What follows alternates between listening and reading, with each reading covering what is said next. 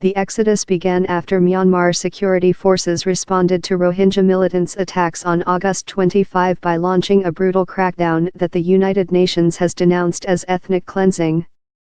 Myanmar has rejected that accusation, insisting that the military action was needed to combat terrorists who had killed civilians and burnt villages.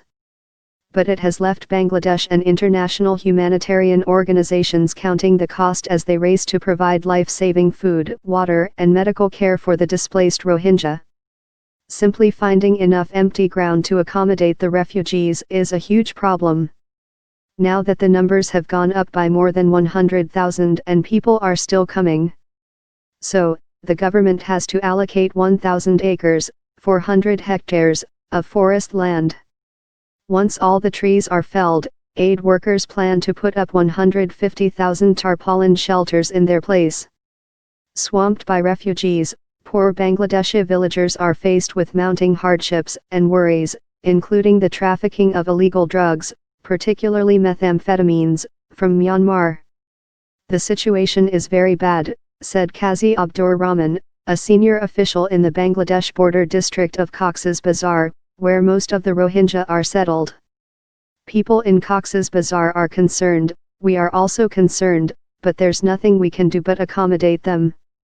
The pressure on the land is creating another conflict, this time environmental rather than ethnic.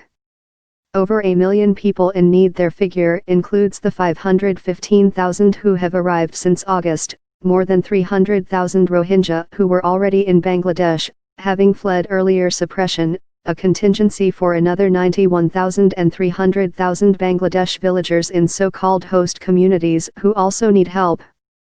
The Save the Children aid group warned of a malnutrition crisis with some 281,000 people in need of urgent nutrition support, including 145,000 children under 5 and more than 50,000 pregnant and breastfeeding women.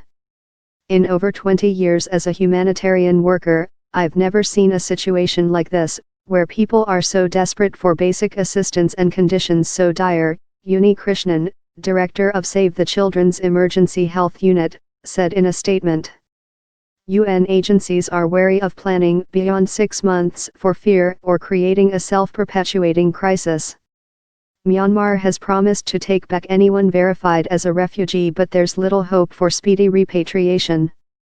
There is long-simmering communal tension and animosity toward the Rohingya in Myanmar, most of whom are stateless and derided as illegal immigrants. This crisis isn't going to end soon, said a Bangladeshi Interior Ministry official who declined to be identified.